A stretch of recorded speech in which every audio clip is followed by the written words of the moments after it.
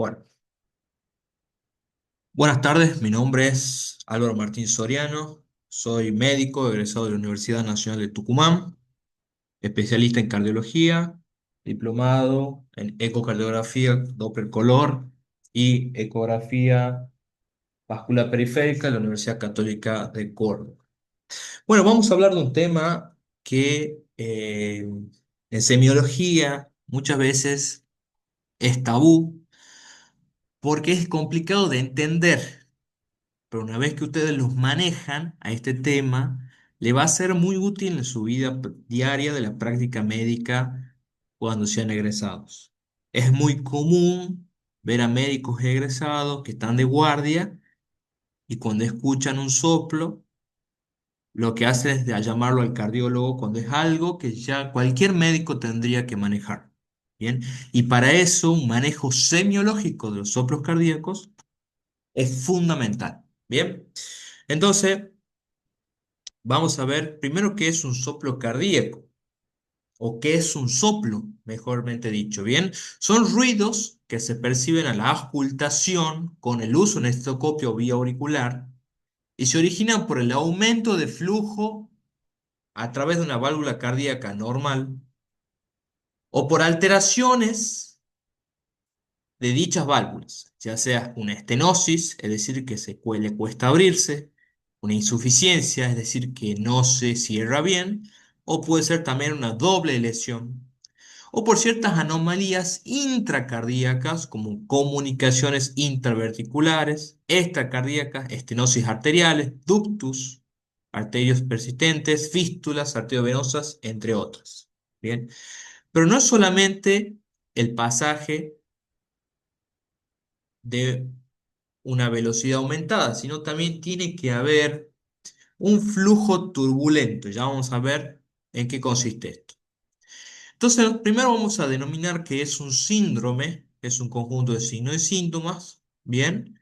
Que comparten la misma fisiopatología, pero tienen diferente etiología, que es un síndrome valvular, es un conjunto de síntomas y signos producido por fallas en las válvulas cardíacas con alteraciones en su normal cierre o apertura. Como habíamos dicho antes, una estenosis es que no se abre bien la válvula, una insuficiencia es que no se cierra bien la válvula. Bien, entonces acá estamos viendo, no sé si llega a ver el puntero, vamos a poner ahí, bien. Supongamos que tenemos la válvula aórtica, bien, en este caso, tiene una dilatación de las válvulas aórticas, bien, vemos, puede ser esto una insuficiencia, o sea que no se está cerrando bien, y en este caso, por ejemplo, podría ser una estenosis, aunque acá dice normal y acá una dilatación de las válvulas, bien. Es muy importante conocer bien la anatomía cardíaca. Los que somos cardiólogos y hacemos ecocardiografía, lo vemos en esta disposición al corazón, lo vemos al revés. Bien, por una cuestión técnica de el ecógrafo, el haz de ultrasonido está acá arriba, bien. Cada vez que choca en alguna estructura cardíaca, vuelve el ultrasonido. Esta es la forma más sencilla de ver las válvulas cardíacas, bien, y que se hace siempre en la práctica diaria. Por eso yo le muestro. Entonces, ventrículo izquierdo, ventrículo derecho, aurícula izquierda, aurícula derecha, válvula mitral, válvula tricúspide. Esto se llama eje apical o cuatro cámaras, ¿bien? Entonces estamos viendo la disposición así. Esta válvula que es la válvula mitral, esta válvula que es la válvula tricúspide. Y esto es un eje de cinco cámaras, vista apical de cinco cámaras, es decir, tenemos ventrículo izquierdo, aurícula izquierda, tracto de salida del ventrículo izquierdo y la aorta con su respectiva válvula. Para que ustedes vean que hoy en día más allá de la semiología, hay métodos que se pueden utilizar, métodos complementarios que se pueden utilizar para evaluar lo que nosotros semiológicamente estamos sospechando. Bien, entonces, ¿cómo se origina un soplo? Hagan de cuenta que tenemos una manguera cualquiera que, por ejemplo, para lavar el auto. Cuando nosotros apretamos esa manguera, el chorro del agua sale más fuerte. Bien, eso no significa que vamos a sentir un soplo, porque si el agua sigue saliendo como flujo laminar, no vamos a sentir nada. Pero cuando se transforma en flujo turbulento, ya sea por una estrechez o una dilatación, bien, ese flujo, esa turbulencia que produce en la sangre, en el glóbulo rojo, va a producir el sonido que nosotros escuchamos como un soplo. Entonces, el ruido del soplo origina cualquier circunstancia que genere una turbulencia en el corriente laminar normal. Puede ser aumento de la velocidad sanguínea, una obstrucción en el paso, ¿bien? Por ejemplo, le doy un ejemplo muy clásico, cuando hay una obstrucción en la arteria carótida por una placa de ateroma, nosotros vamos a escuchar un soplo también ahí, o una dilatación que se llaman aneurismas. ¿Ah? Aneurismas, por ejemplo, en un aneurisma de aorta puede ser abdominal. Los soplos también se pueden clasificar como inocentes, fisiológicos o accidentales. Es muy común en los niños por el crecimiento. Hay que hacerle hacer una maniobra de Valsalva. Si el niño en la maniobra de Valsalva desaparece el soplo, significa que es fisiológico. Y después tenemos los soplos patológicos. Pueden ser orgánicos o funcionales. Orgánicos pueden ser una estenosis, una insuficiencia, una doble lesión. Doble lesión quiere decir que es una estenosis conjuntamente con una insuficiencia. O pueden ser funcionales, bien. Por ejemplo, lo más común es la dilatación cardíaca. Bien, si nosotros tenemos un ventrículo izquierdo muy dilatado, la base del ventrículo izquierdo se va a dilatar, la válvula mitral también se dilata y eso produce una insuficiencia funcional. ¿Qué quiere decir? Que no hay una patología de la válvula en sí, ni de las valvas, sino que el problema es la cavidad cardíaca que está dilatada. Bien, siempre vamos a hacer hincapié de cómo hacemos el estudio semiológico de los soplos. La localización es el sitio donde el soplo se oculta con mayor intensidad. Corresponde por lo general al foco de la válvula que está comprometido de la ubicación de la lesión. Por ejemplo, si nosotros tenemos el foco órtico, la mayor intensidad del soplo va a ser un soplo órtico. De acá se puede irradiar. Bien, acá vamos a ver también el foco pulmonar, foco mitral, tricúpide y tricúpide accesorio. Bien. Después tenemos la propagación o la irradiación del soplo. Es el lugar hacia donde se dirige el soplo. Tiene relación anatómica y por lo general sigue la dirección donde se dirige el flujo. Entonces, por ejemplo, si nosotros tenemos la aorta que va así y hace esto para abajo. Si la arteria aorta, la válvula aórtica, perdón, tiene un problema para abrirse y sale un flujo muy elevado hacia arriba, ¿hacia dónde se va a dirigir el soplo? Hacia el cuello. Bien. Si nosotros tenemos una insuficiencia, supónganse una insuficiencia mitral, que la vemos acá, bien, y se dirige la sangre, se dirige hacia la aurícula izquierda. ¿Hacia dónde se va a dirigir el soplo? Hacia la axila y hacia atrás. Por eso dice que tiene una estrecha relación anatómica. Esto es muy importante que lo sepan, es la ubicación en el ciclo del soplo.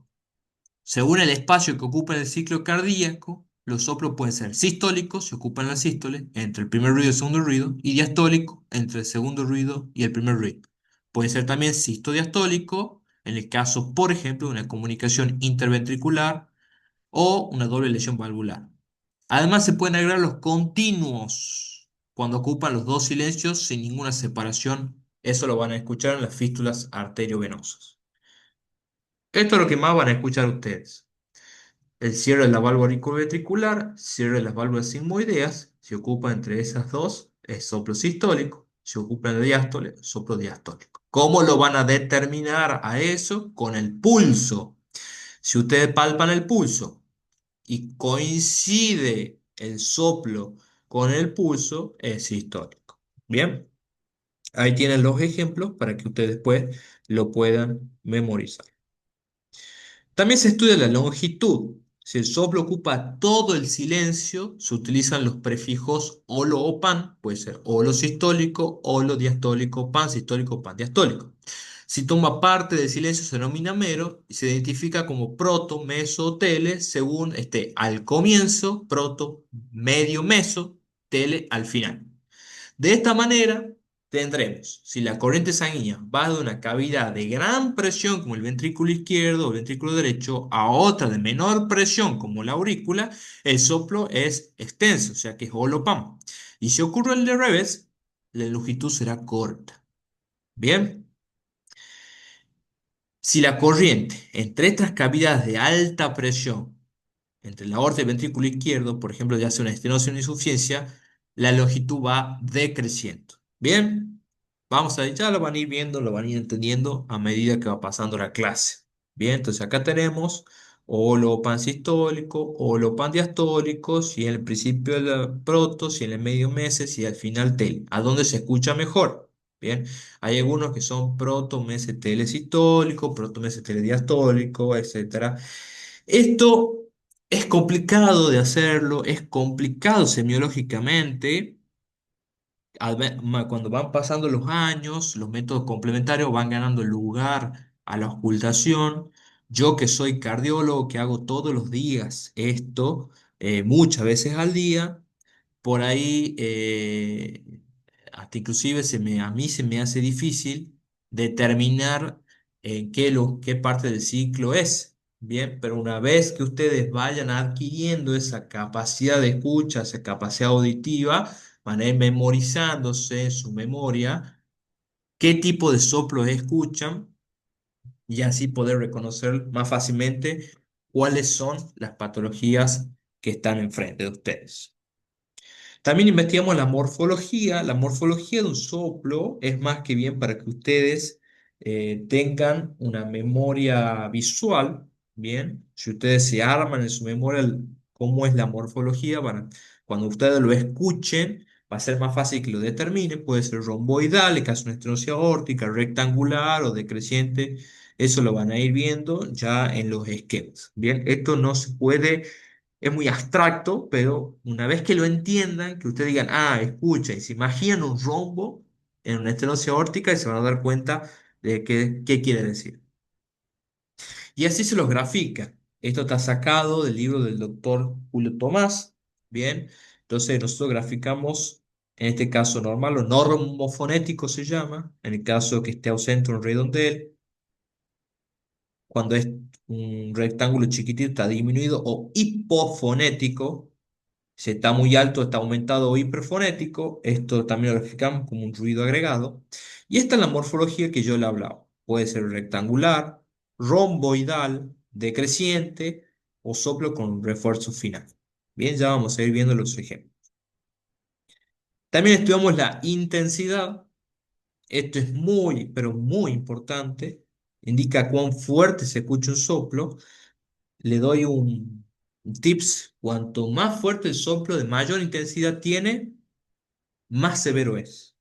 Bien, de grado 1 cuesta escucharlo, grado 2 moderado se lo escucha bien, grado 3 se le escucha bien y tiene frémito, que es la sensación palpable de un soplo, el frémito es la sensación palpable de un soplo, y grado 4 es muy fuerte, se le escucha bien en todas las áreas. A veces ustedes pueden poner el electroscopio no en el foco que corresponde a la valvulopatía que tiene el paciente y van a escuchar el soplo de todas maneras, y es porque es muy fuerte. Bien. Esta clasificación está descrita en el libro de Argente Álvarez. A mí me gusta mucho. También pueden haberse seis tipos de seis tipos de grados, perdón, donde habla de los grados 1 2 que solamente se lo escucha con personas que están muy entrenadas, ¿bien? Y bueno, yo les recomiendo siempre usar un buen estetoscopio. Los estetoscopios que vienen de fábrica, con los tensiómetros analógicos, no son buenos, es difícil escuchar con esos. Los otros estetoscopios de marca reconocida, que ustedes saben cuál es, son muy buenos, más los que son cardiológicos, que tienen una campana más alta. Bien. Después tenemos el tono y el timbre. El tono puede ser agudo o grave. En general, la insuficiencia tiene un tono agudo y la estenosis tiene un tono grave. Y el timbre es la musicalidad especial que toma el soplo. El timbre puede ser, por ejemplo, cuando la válvula está muy calcificada y da una musicalidad muy especial. Hay un ejemplo que es el arrullo de paloma, que se hace y es porque esa musicalidad que le da la calcificación de la válvula hace que ustedes escuchen un timbre especial. Bien, acá tienen, por ejemplo, el chorro de vapor, aspirativo, etcétera, etcétera. Bien, cómo lo pueden graficar o lo describían los semiólogos que tienen mucha experiencia antes. Bien, volvemos entonces a qué son los síndromes valvulares. Ahí vamos a ver la anatomía, siempre recordar la anatomía y cómo van las coronarias. Bien, en el caso de la válvula aórtica, acuérdense que son tres senos coronarios. Bien, que de ahí salen las arterias coronarias, tronco de la coronaria izquierda, la coronaria derecha. Bien, acá estamos viendo la circunfleja y la coronaria derecha. Bien, válvula mitral acuérdense que él tiene la forma de una mitra. Bien, o sea que son dos cúspides, bien, anterior y posterior, y después tenemos la válvula tricúspide. Bien, esto es válvula pulmonar también. Bueno, esto es muy importante que tengan en cuenta para que vean la relación entre estas válvulas, que a veces no es tan sencillo determinar cuál es cuál. Bien, vamos a empezar con el primero, rápidamente. Válvula aórtica, vamos a ver qué es la estenosis. Bien, esta es la patología que más van a ver ustedes en la práctica médica. Bien.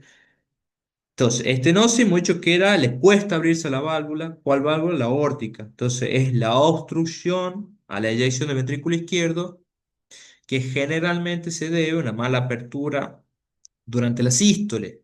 Bien, entonces eso produce una disminución del volumen minuto. Esa disminución puede ser orgánica, puede ser por fibrosis, por la edad, por calcificación, se llama degenerativa, o puede ser funcional cuando el flujo que pasa a través de ella está muy aumentado. Le tiro un ejemplo. Hoy año 2025 está muy de moda la miocardiopatía hipertrófica. Eso produce una estenosis subvalvular. Bien, a medida que el orificio se reduce, se genera una sobrecarga progresiva de presión. Entonces se empieza a hipertrofiar ese ventrículo. Cuando esta hipertrofia ya es muy severa, ¿qué pasa? Ya se empieza a dilatar el ventrículo, aparece una disfunción y ahí aparecen los síntomas de insuficiencia cardíaca. Bien, ¿cómo vamos a describir este soplo? Bien, acuérdense, el cierre de las válvulas auriculoventriculares, ¿cómo van a estar? Normales, ¿no es cierto? Porque la válvula mitral y la válvula tricúpide están bien. Pero como va a haber un soplo sistólico, protomesosistólico en forma romboidal, bien, el R2 puede o no estar hipofonético y afonético. En el caso de que esté afonético, indica severidad.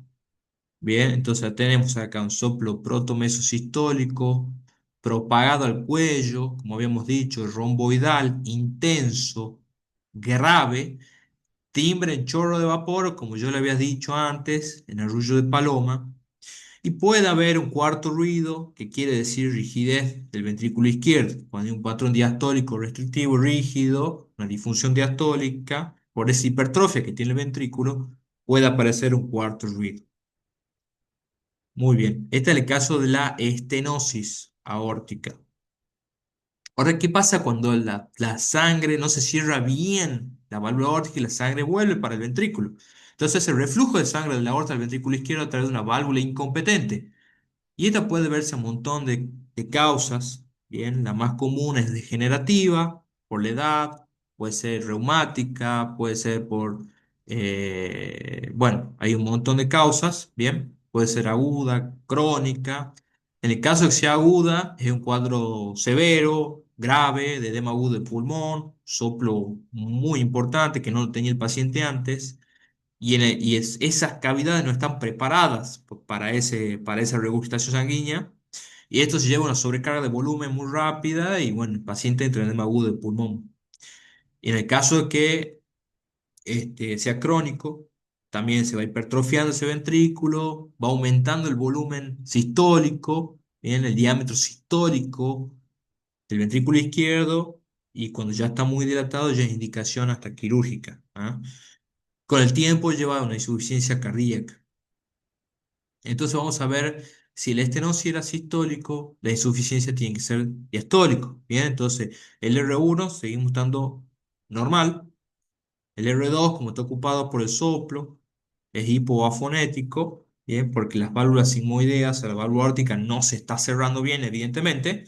Entonces tenemos un soplo decreciente, holodiastólico, que se dirige hacia abajo, siguiendo la línea paresternal a la izquierda. Es suave, es agudo, bien, y tiene un timbre aspirativo. En vez de un soplido, es una aspiración. Bien. Y de vuelta tenemos un primer ruido normal. Entonces acuérdense, la estenosis aórtica es un soplo sistólico, la insuficiencia aórtica es un soplo diastólico. Vamos a ver qué pasa con la estenosis mitral. Esta es la que más preguntan, porque es muy rica semiológicamente. Ah, perdón, vuelvo para atrás. En la insuficiencia aórtica tenemos un montón de signos y síntomas que tienen que estudiar y saberlo ustedes en semiología. Eh, es muy importante que lo sepan. En esta clase solamente vamos a describir lo que es el soplo, pero esta patología, la insuficiencia aórtica, es la más rica semiológicamente. Entonces estén preparados ustedes para responder cualquier pregunta que hagan en el examen, porque tiene una fabulosa cantidad de signos y síntomas que lo van a ver en el paciente. Bien, pero vamos, no, para no ampliar la clase, solamente lo vamos a detener en el soplo. Vamos a ver la estenosis mitral. Es decir, la válvula mitral no se está abriendo bien. La mayor causa de estenosis mitral es la patología reumática, casi el 95% de las veces. La fiebre reumática es una patología que se da por el estreptococo beta hemolítico de grupo A, en el cual ustedes cuando son chicos tienen una faringitis, una erisipela, sin tratamiento, va pasando el tiempo y después esa fiebre reumática pasa más o menos 15 a 20 años, esa fiebre reumática empieza a alterar las válvulas. Es un marcador de pobreza en la población. En los países desarrollados casi no hay estenosis o fiebre reumática, casi no hay estenosis mitral de causa reumática. En los países subdesarrollados y en Argentina todavía se ven este tipo de patologías. Hay que tener mucho cuidado. Bien, entonces, es la obstrucción del llenado del ventrículo izquierdo que se produce como consecuencia de una alteración estructural de la válvula mitral. Eso hace que se reduzca el orificio mitral, se produce un aumento de la presión en la aurícula izquierda por el intento de mantener ese flujo. Ese aumento de la presión conduce a una dilatación y hipertrofia de la aurícula izquierda. Eso se tramite en forma retrógrada hacia el lecho vascular pulmonar, lo que puede generar un edema agudo de pulmón. Un edema pulmonar, perdón. Se pone en juego un mecanismo neurohormonal que eso lleva a una sobrecarga a la cavidad derecha. Por así decirlo, da vuelta a la patología. Bien, entonces produce una hipertensión pulmonar. Es muy común el exceso femenino. Entonces acá tenemos, si la válvula ventriculares, si la válvula mitral está muy dura, bien, cuando se cierre, ¿qué va a pasar? Va a estar hiperfonético, el primer ruido. Bien, como el problema es la diástole, bien, va a ser un soplo diastólico. Las válvulas simoideas están bien. Es raro ver una válvula aórtica así totalmente sana si tenemos una válvula mitral enferma, pero puede pasar. Bien. Y acá esto es muy importante que lo sepan.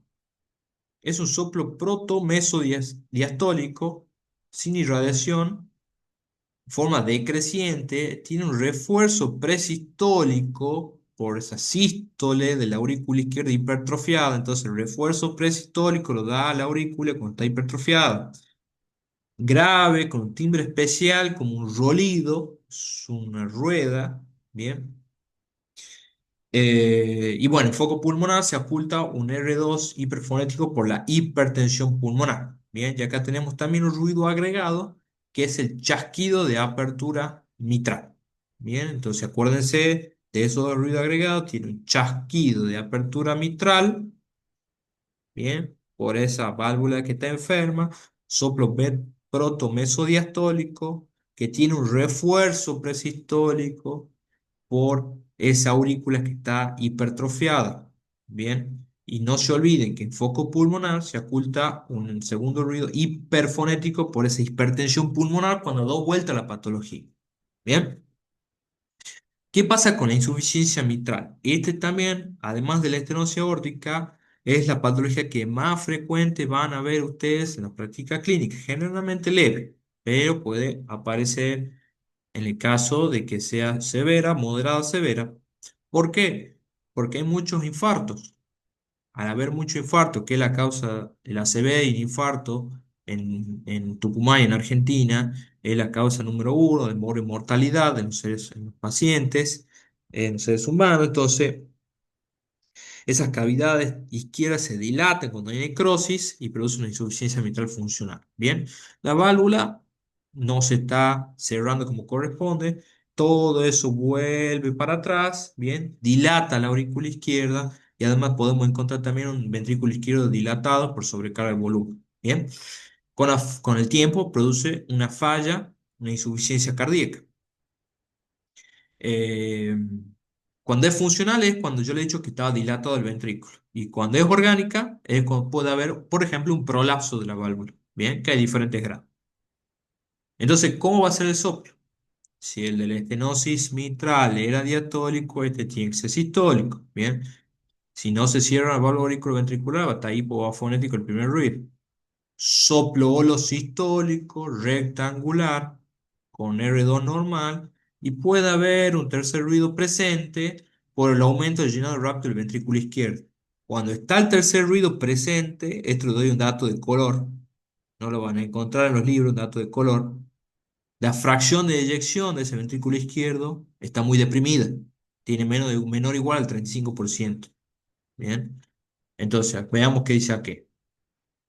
R1 hipoafonético por la mala adaptación valvular, un R2 normal, tercer ruido por aumento de llenado rápido del ventrículo y un soplo holosistólico propagado hacia la axila o digamos, va para atrás también, intenso, agudo y de timbre variable. Bien,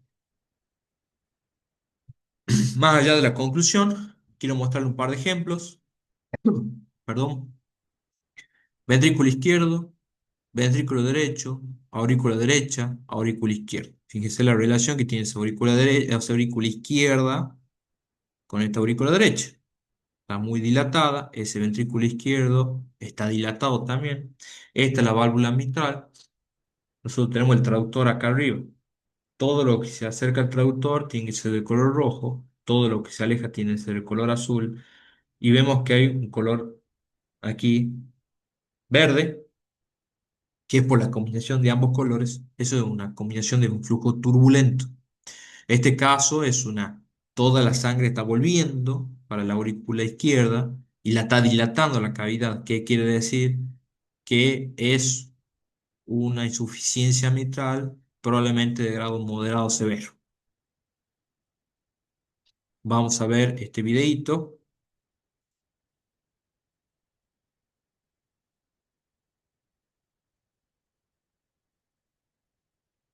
Fíjense, es muy parecido el ejemplo. Fíjense aquí cómo la válvula está prolapsando y que deja en el medio un espacio. Bien, entonces eso va a provocar una insuficiencia mitral de tipo orgánica. Bien, vamos a ver aquí este ejemplo. Es el mismo caso, nada más que ahí uno le pone el color y está provocando esa insuficiencia mitral. Bien, bueno, son esos casos de que uno ve en la práctica clínica, en la práctica diaria, muy común. Generalmente los médicos cuando escuchan un soplo están pidiendo una interconsulta con el cardiólogo para que le hagamos un ecocardiograma.